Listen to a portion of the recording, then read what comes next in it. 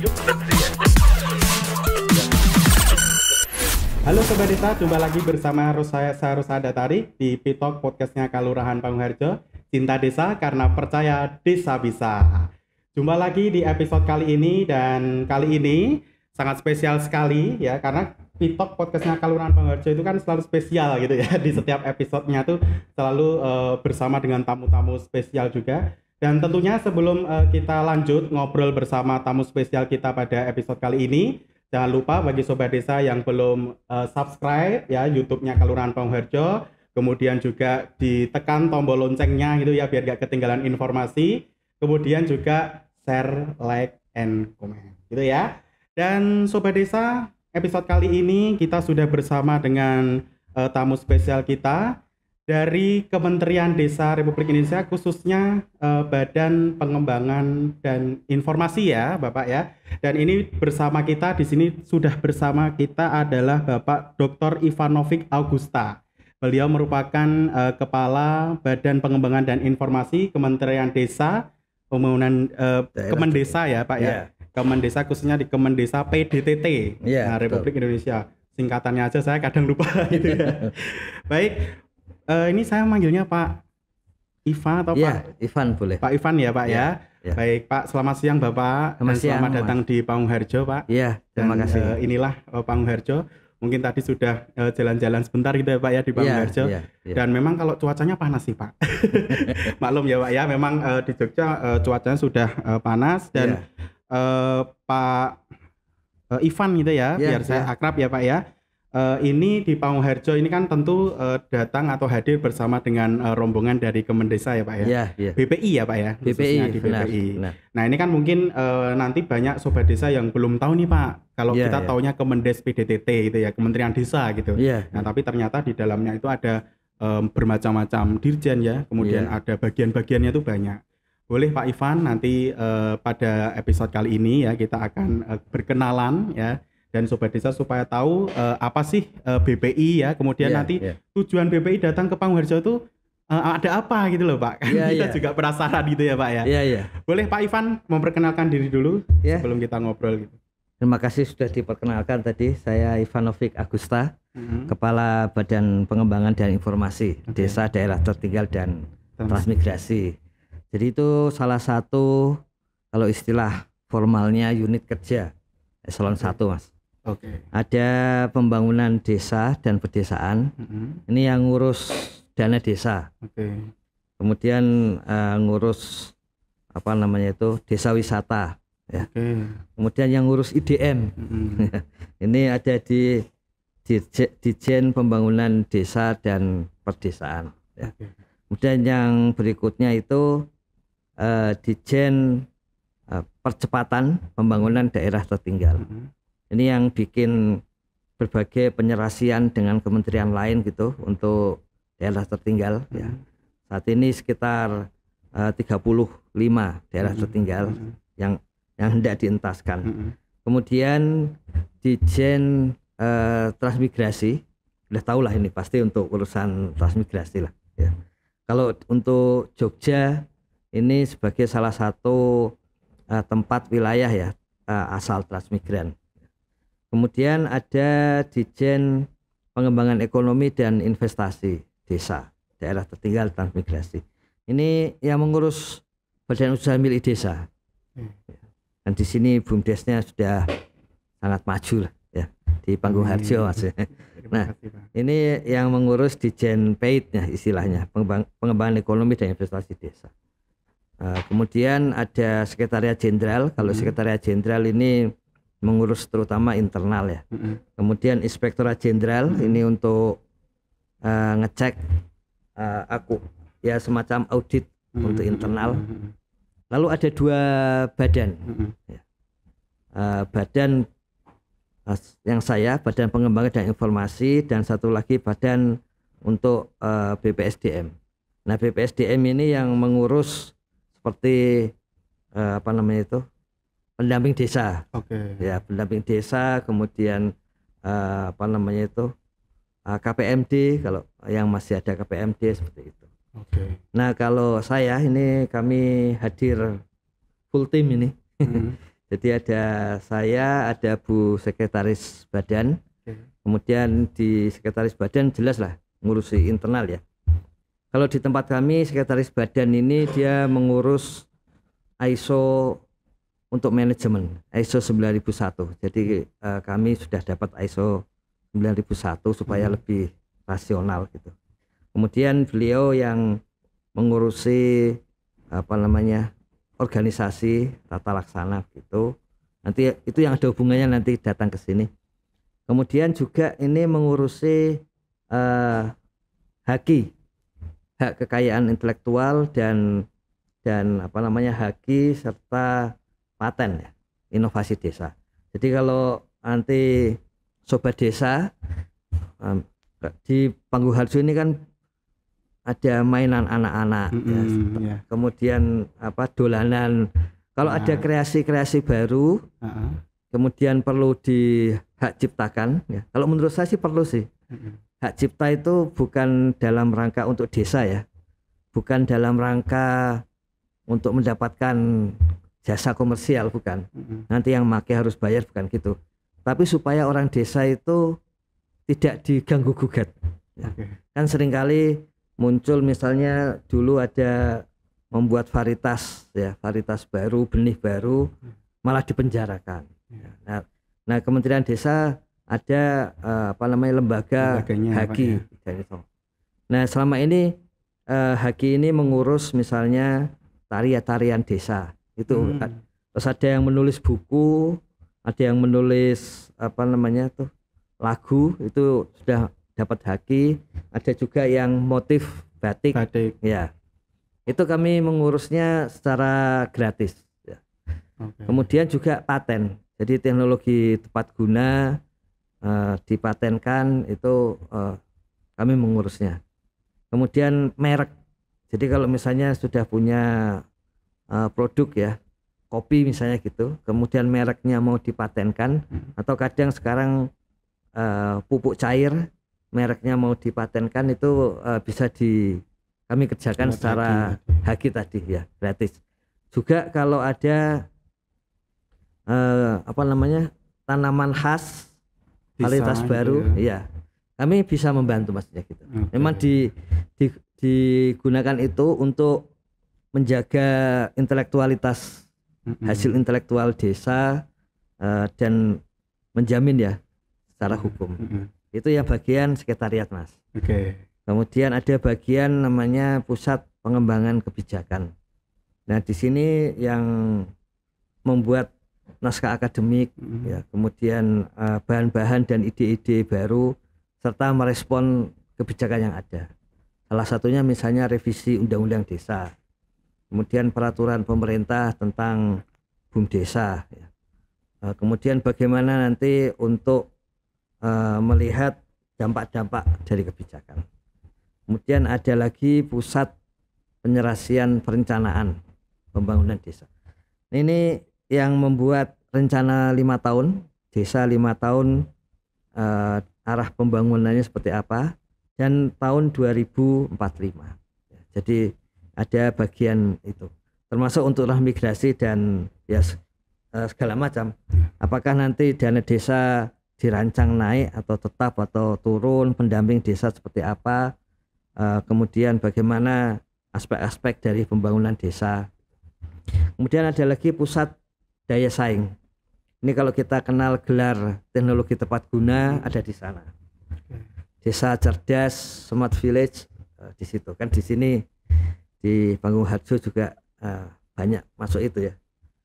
Kemudian yang terakhir itu Pusat Data dan Informasi. Kita misalnya data waktu itu Panggung Harjo sudah lebih dulu ya. Tapi kemudian desa-desa ada data SDG desa. Itu yang mengolah dari Pusdatin. Saat ini data itu 108 juta data warga desa, sekitar 31 juta data keluarga, itu disimpannya di PDN, Pusat Data Nasional. Ya. Kemudian data dana desa itu juga di Pusdatin. Kalau sekarang desa-desa sedang kompilasi IDM ya, yang mengelola Ditjen pembangunan desa dan pedesaan, tapi datanya di Pusdatin. Oke. Sama juga dengan BUMDes ya. Jadi data rincian BUMDes dikelola Pusdatin.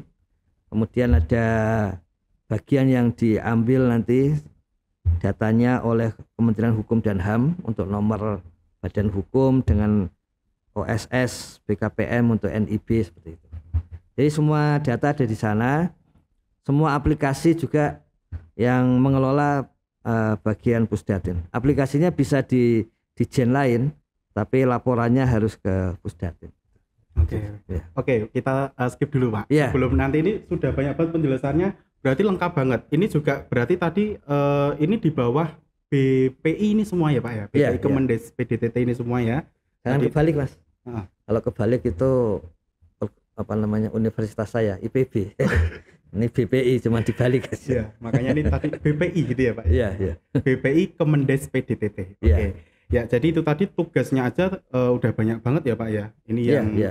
tadi termasuk haki, dan ini di Pamung Harjo sendiri sebetulnya sudah ada Pak. Misalnya di sini juga ada Sanggar Inovasi Desa. Iya, betul, betul. Kemudian ini Pak, kita ini ada di ruangan PSID juga. Jadi Pusat Pengelola Sistem Informasi Desa. Iya, iya. Nah, iya. kita juga sudah punya di sini, dan apa namanya, mungkin nanti dengan BPI ya, di Iya. program-program BPI nanti akan nyambung gitu kan ya Pak ya, Iya, iya. terkait dengan itu. Nah, ini apa namanya, Bapak sebagai Kaban ya, Iya, iya. atau Kepala BPI, Iya. ini kan artinya juga berarti tadi di Kemendes PDTT itu ada dirjen-dirjen, kemudian ada badan Iya. gitu ya Pak. Iya. Nah, kalau Bapak sendiri ini yang BPI-nya Pak, Iya. yang BPI-nya tadi sudah dijelaskan beberapa di antaranya. Iya. Nah, ini tujuannya ya, karena tadi kan datang ke Pamung Harjo itu ada apa ini Pak tadi, seperti di Iya, iya. awal tadi, Betul, betul.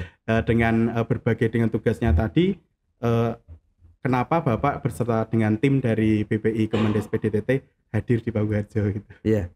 Jadi kalau di apa namanya itu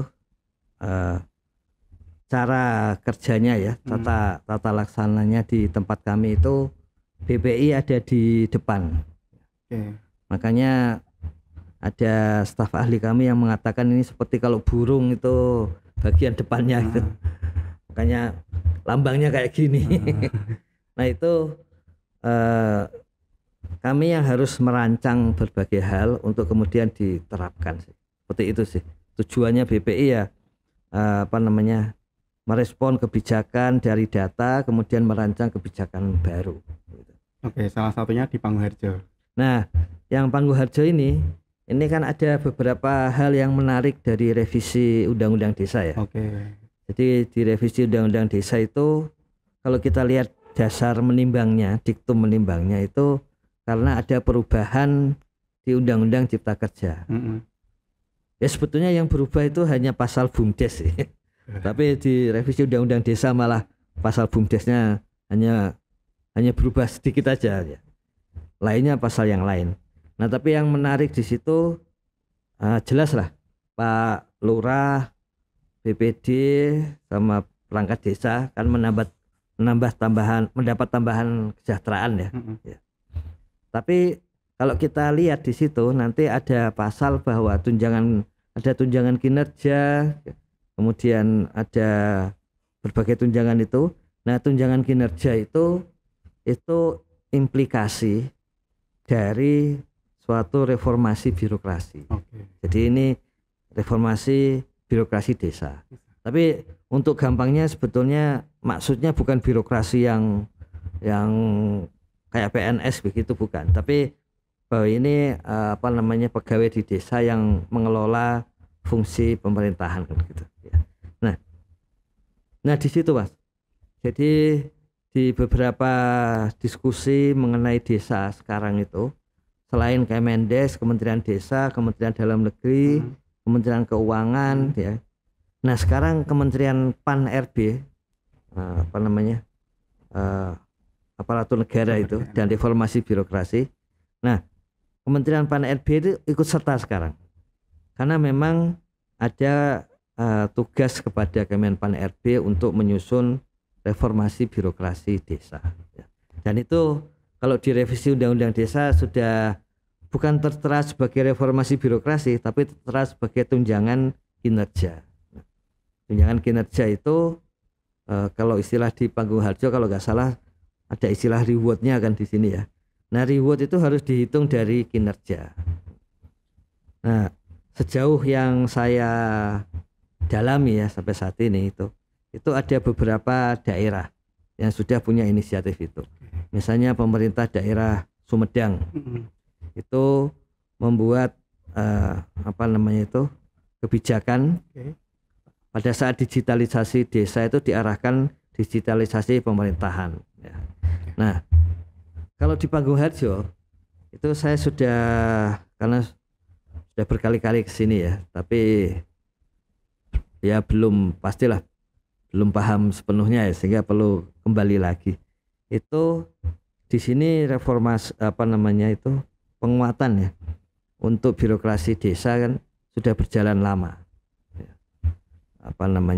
Bahkan kalau melihat karena di Kemendes ada daftar APBDes seluruh desa gitu ya. Bagaimana di sini berani menganggarkan untuk perbaikan birokrasi desa ya. Dan di samping yang kuantitatif itu secara kualitatif itu juga ada peran penting ya dari Pak Lurah itu. Dan menurut saya sudah berjalan lama dan berhasil ya. Berhasilnya ya berjalan kan Mas,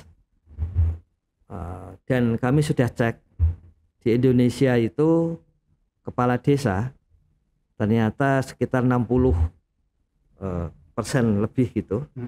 Itu dia hanya sampai pada periode 1 ya. Kemudian sekitar 30-an% itu kepala desa itu hanya sampai pada periode 2. Yang bisa sampai periode 3 itu sebetulnya cuma 8%. Ya.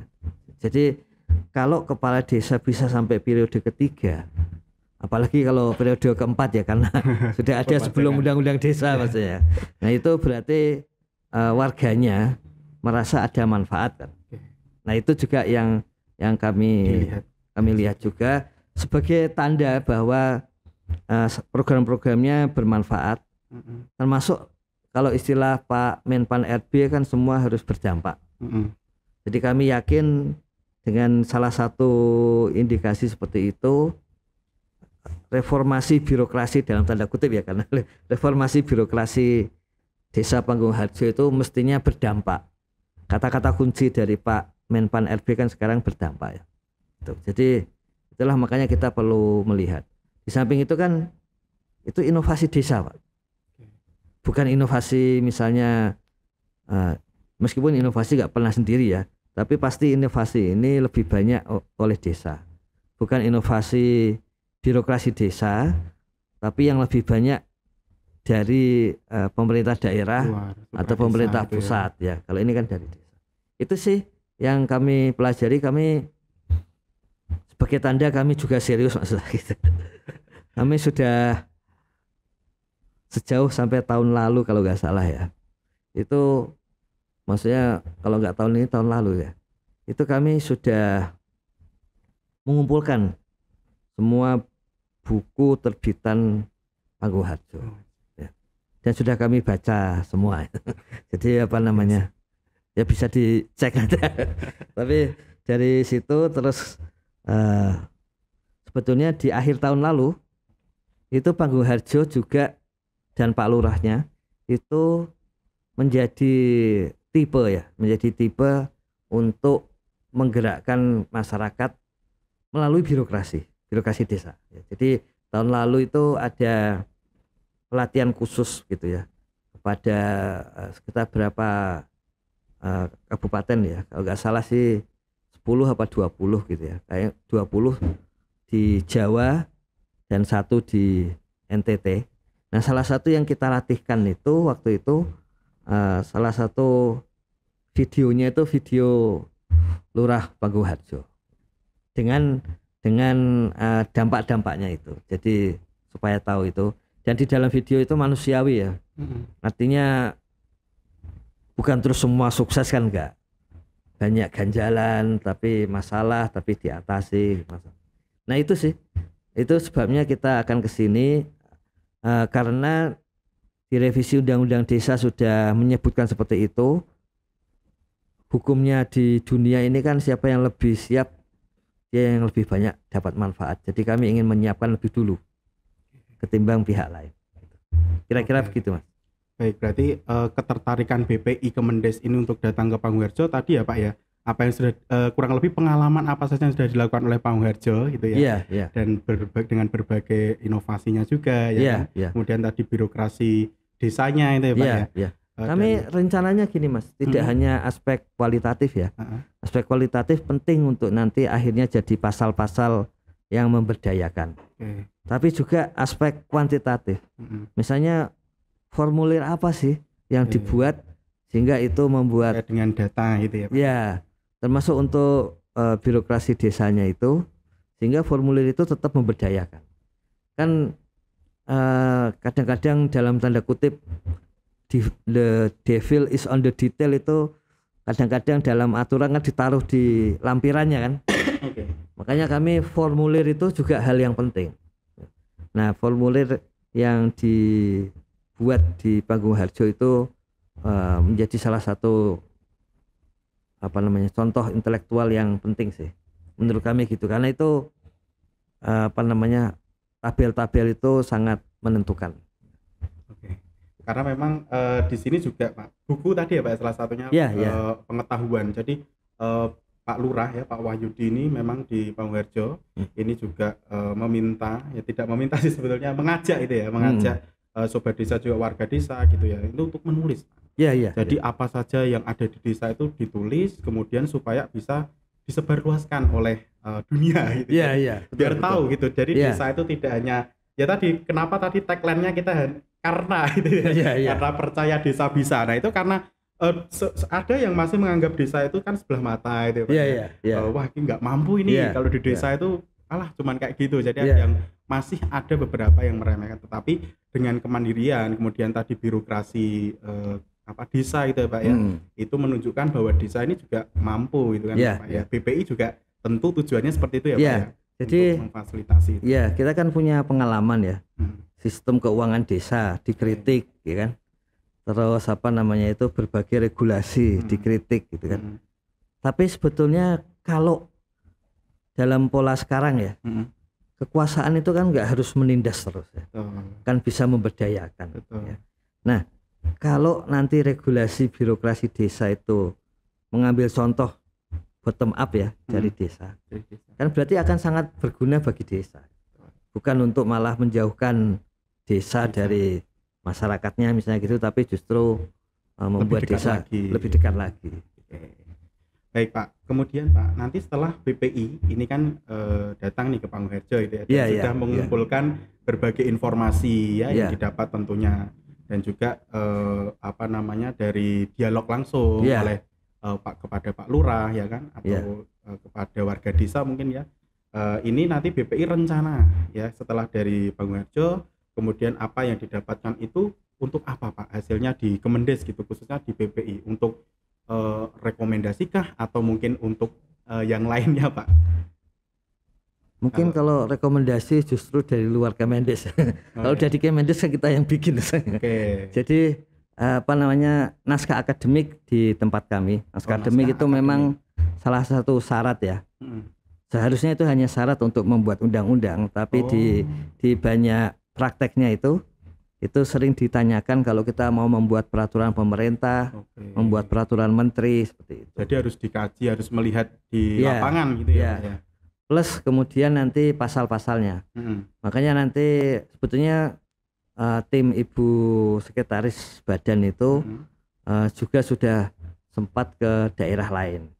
Nanti dicek mana yang lebih cocok, sampai dibuat pasal-pasalnya. Nanti kita diskusi bareng di ruangan kami nanti.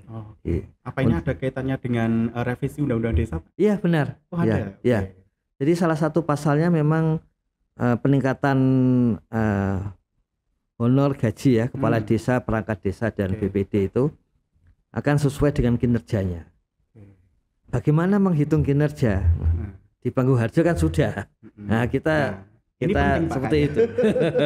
Ini penting, Pak. Ya, karena di revisi itu ada beberapa hal yang orang sering melihat satu sisi ya. Misalnya kenapa jadi ada bulanan untuk Kades perangkat BPD, BPJS kesehatan, ketenagakerjaan dan sebagainya ya. Jadi semuanya dianggap wah itu revisi itu menguntungkan perangkat desa saja ya. Tapi sebetulnya kan gini, memang sengaja untuk menguntungkan memang para para orang-orang yang memang berperan di desa ya. Bahkan sengaja di situ ini yang revisinya yang menarik kan juga antara lain bahwa dipastikan siltapnya lancar. Bahkan langsung ditransfer dari rekening kas negara ke rekening kas desa. Ya kan? Jadi memang tercatat di APBD kabupaten, tapi uangnya nggak ke APBD loh, cuman dicatatkan uangnya dari rekening negara ke rekening desa. Itu ada, Pak? Ada. Jadi itu merespon yang selama ini ada sebagian kritik, memang ada siltap, tapi dibayarkan 6 bulan sekali, gitu kan? Nah, nanti kan enggak, karena langsung dari rekening kas umum negara ke rekening kas desa. Kemudian siltapnya enggak 10% dari dana DAU dan dana alokasi umum dan bagi hasil.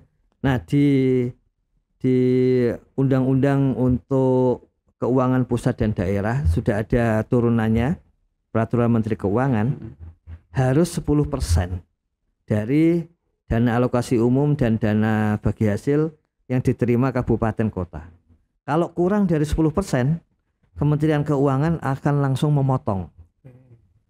Kenapa Kementerian Keuangan bisa langsung memotong? Ya karena tadi siltapnya sekarang langsung dari rekening kas negara ke desa. Jadi nanti justru dana yang ke Pemda akan dipotong. Kalau Pemdanya nggak ngasih 10%, akan dipotong sisanya yang nggak dikasihkan itu dialihkan ke pemerintah desa.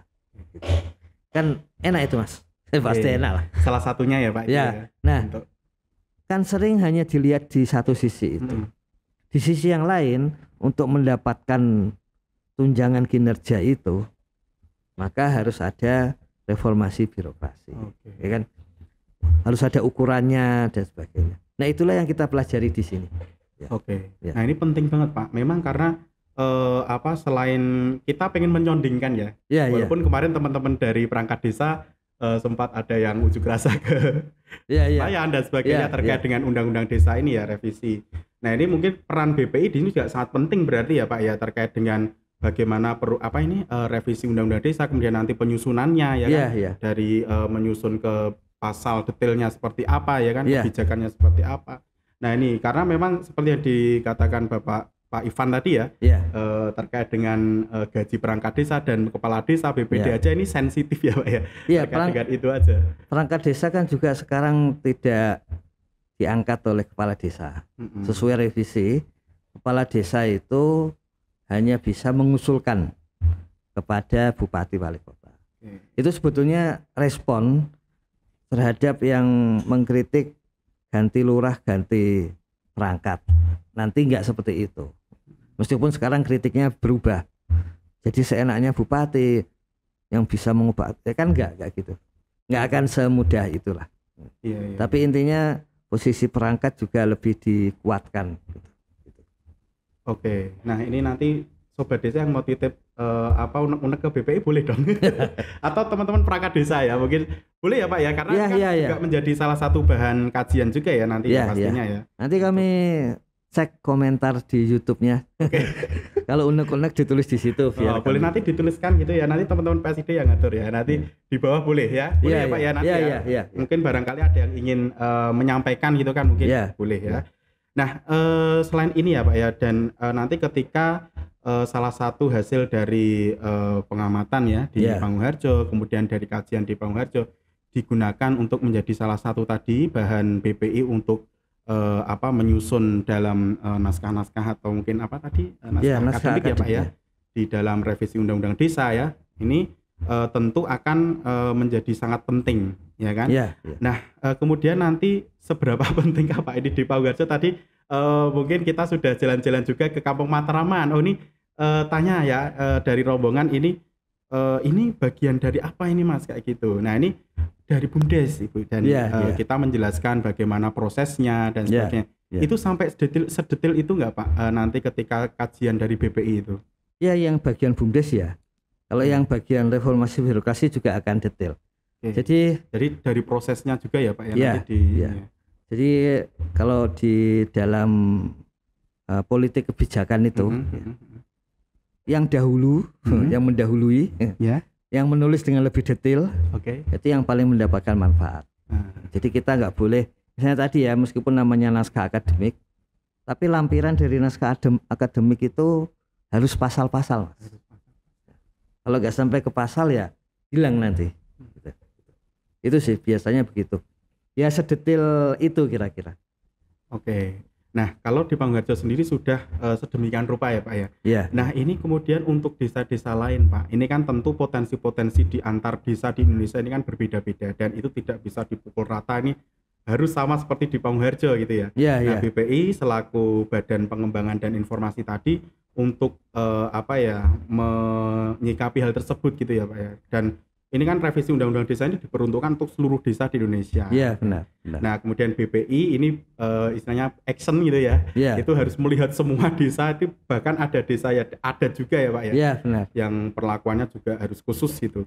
Nah ini bagaimana Pak untuk desa-desa yang lain ini harus seperti apa? Ini kan tidak bisa disamakan dengan Panggung Harjo sendiri. Iya.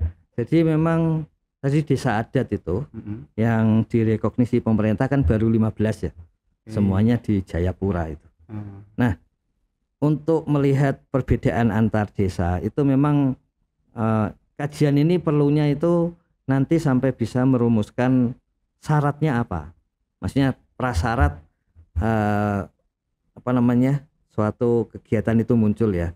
Misalnya nih, ternyata itu bisa dilakukan pengukuran tunjangan kinerja gitu kalau dia menggunakan aplikasi, kan berarti perlu ada komputer kan. Kalau suatu desa belum ada komputer berarti harus ada cara lain. Yang penting prasyarat itu Mas. Kemudian kalau dari kadus kemudian mengirimkan informasi harus melalui internet misalnya gitu, nanti kesimpulan dari tim berarti syarat internet harus ada. Yang gitu-gitu sih. Jadi kalau kita sudah tahu syarat, artinya prasyarat sehingga Panggung Harjo birokrasi pemerintahannya bisa seperti sekarang. Nah itulah yang kemudian akan menjadi bahan. Kalau desa saya belum ada internet itu ya, maka penyelesaiannya pasti dua. Silakan tidak menggunakan dulu pasal peralihan, pasti begitu kan? Atau justru harus membeli sarana dan prasarana untuk internet. Nah, sehingga bisa menggunakan. Nah, itu Mas. Jadi memang kami pelajari ini ya. Setelah 10 tahun Undang-Undang Desa yang nomor 6 2014 itu, orang kan sering mengatakan kan desa beragam. Nah, tapi kalau dilihat satu persatu sisinya, misalnya kalau sekarang sisi reformasi birokrasi gitu ya, ya seragam beragamnya nggak terus beragam 75.000 desa. Nah kemudian kami mendapatkan ya setelah 10 tahun ini menyusun kebijakan, jadi paham bahwa yang penting prasyarat tadi. Kalau kita tahu prasyaratnya, seberapapun beragamnya masih bisa dikelola.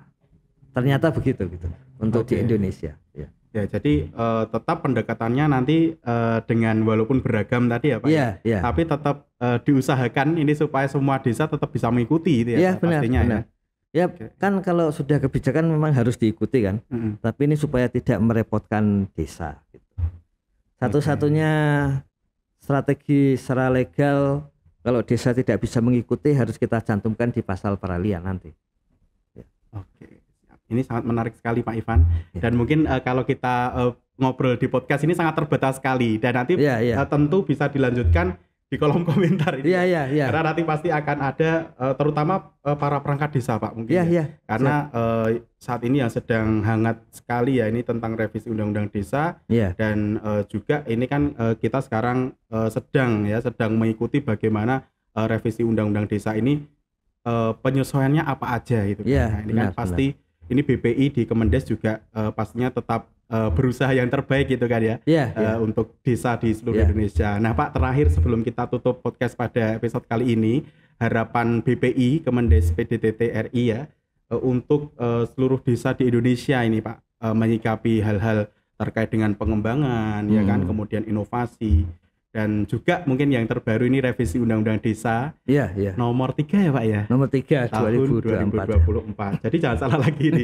Nomor 3, kalau yang lalu nomor 6 ya. Nomor 3 2024 seperti apa Pak? Silakan. Iya, sebetulnya Panggung Harjo itu kan satu dari 2 desa yang sempat disebut pada waktu debat wakil presiden. Oh ya, ingat saya. Nah, jadi kalau menurut kami sih sekarang sudah ada di dalam pasal revisi Undang-Undang Desa itu. Yang pertama, kedaulatan atau prakarsa warga dan kedaulatan warga itu sekarang sudah diubah ya di dalam salah satu pasalnya, bahwa laporan dari pemerintah desa itu tahunan maupun akhir dari jabatan Kades yang pertama-tama dilaporkan kepada warga, baru kemudian kepada BPD, baru kemudian kepada bupati. Jadi yang utama tetap warga desa. Jadi nanti kita juga pasti orientasi kebijakan itu kepada kesejahteraan warga desa. Kemudian yang berkaitan dengan pembangunan desa itu ada sedikit perubahan. Yang tadinya orientasinya terutama mengurangi kemiskinan, sebetulnya itu secara real tetap dilakukan. Tapi ukuran untuk kemiskinan ini tidak terlalu cocok untuk desa ya. Misalnya begini, kalau desa itu panen, dia pakai gabahnya untuk makan. Pertanyaan di dalam kuesionernya BPS itu, seminggu terakhir membeli beras berapa. Nah, ketika tidak membeli beras, dianggap berarti pendapatannya nggak ada. Tidak ada. Nah, jadi tidak fair, tidak terlalu cocok untuk desa. Sehingga di dalam revisi itu sengaja kami usulkan menjadi pemerataan. Karena keunggulan dari desa itu adalah di tadi ketentraman, pemerataan, kerukunan itu. Sehingga nanti lebih fair untuk mengukur desa. Ya. Jadi jangan lupa itu kolektivitas ya, gotong royong itu tetap penting itu. Bahkan nanti akan lebih dihargai. Ya. Oke. Ya. Baik, luar biasa sekali ya, BPI berperan penting ya khususnya dalam pengembangan desa dan juga mengumpulkan berbagai informasi ya terkait dengan desa. Dan juga yang terakhir yang sedang hangat ini terkait dengan revisi Undang-Undang Desa nomor 3 tahun 2024 ya Pak ya. Dan ini pasti tentu nanti setelah ini Sobat Desa itu banyak yang tanya sebetulnya pasal-pasal apa saja yang menjadi prioritas di revisi Undang-Undang Desa itu ya Pak. Nah itu ini tadi sebentar, mungkin tadi ada kelewat sedikit ya Pak ya. Sedikit Pak terkait dengan revisi Undang-Undang Desa tadi apa saja mungkin pasal-pasalnya yang penting-penting ini Pak yang harus diperhatikan di revisi Undang-Undang Desa. Ya, kalau di dalam pasalnya itu ini syukurlah ada yang tidak diubah, yaitu asas. Ya, asasnya nggak berubah, artinya asas yang penting itu kan rekognisi dan subsidiaritas ya, itu nggak berubah. Artinya kita posisi desa tetap kuat lah. Ya. Kemudian yang banyak berubah terutama bagi kepala desa kan ya. Perangkat desa dan BPD. Memang sebagian besar ada di sana. Di situ, ya.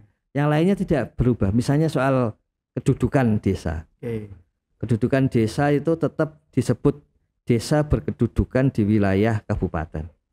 Bukan seperti Undang-Undang 579 desa berkedudukan di bawah camat dalam pemerintahan daerah kayak gitu kan enggak.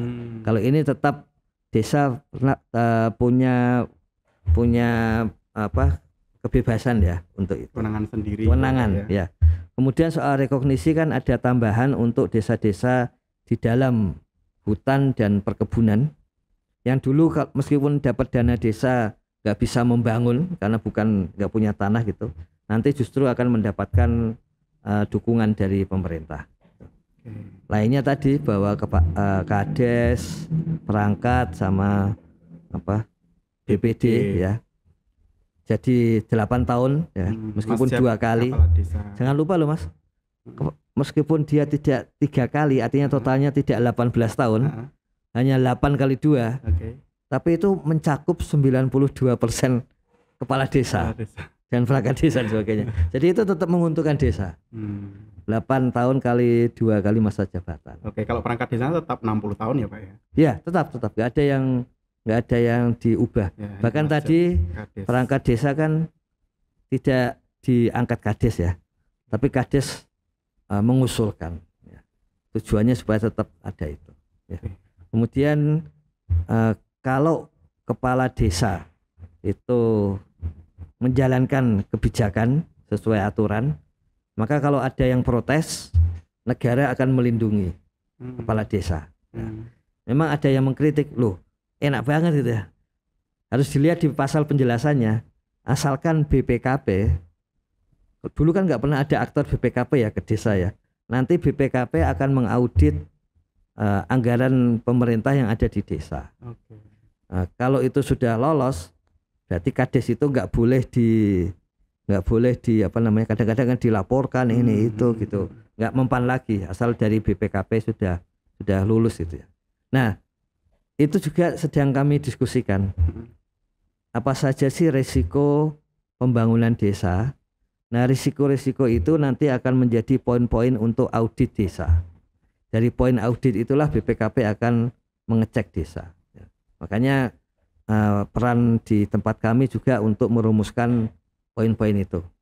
Jadi nggak usah khawatir desanya gitu. Karena dia kalau udah tahu poinnya kan tahu mana yang harus dijaga seperti itu. Gitu. Sisanya sih soal pembangunan, soal BUMDes yang revisinya hampir minor sih ya. Sistem informasi desa itu minor. Tapi yang paling banyak memang di sana tadi. Dan tentu penegasannya tadi di reformasi desa tadi ya Pak ya. Salah satunya juga itu juga bagaimana desa bisa berkembang juga secara mandiri ya. Kemudian kemandirian desa, kedaulatan desa itu tetap ya Pak ya. Iya benar. Benar. Luar biasa. Baik, itu tadi Sobat Desa ngobrol-ngobrol kita bersama Pak Ivan gitu ya, Kepala BPI, Badan Pengembangan dan Informasi Kemendes PDTT Republik Indonesia. Dan di sini bisa kita ambil bahwasannya desa ya itu punya kedaulatan sendiri, punya kemandirian yang bisa menentukan nasibnya sendiri, karena memang secara histori kan juga desa sudah lebih dulu ya Pak ya dulu dari kemerdekaan Indonesia sudah ada lebih dulu gitu ya desa-desa ini. Dan tentu ini kemudian direpresentasikan saat ini ya dengan melalui salah satunya Undang-Undang Desa. Dan BPI ya selaku salah satu badan di Kemendes ini akan mendukung terus ya Pak ya. Salah satunya untuk terus mengawal ini. Itu jaminannya itu. Jaminannya. Oke. Dan tentu kalau yang menarik juga dari Pak Wahyudi, Pak Lurah Panguharjo, ini untuk melaksanakan ya kita bagaimana di desa itu pelayanan di desa, reformasi kelurahan kalau dia Pak ya. Itu adalah terkait dengan pelayanan itu tidak hanya pelayanan administrasi saja, tapi kita akan juga pelayanan di barang dan jasa publik gitu ya. Dan bekerja tidak hanya di kantor Pak. Everywhere gitu ya. Dari mana saja kita melayani masyarakat. Itu kan, hanya mungkin terjadi kalau reformasi birokrasinya jalan kan. Betul. Dan itu yang memang kita terus berproses Pak untuk bisa melakukan yang terbaik untuk desa. Dan kita sinergi terus Pak. Dan mohon dukungannya Pak dari BPI Kemendes untuk desa-desa di Indonesia. Terima kasih Pak Ivan.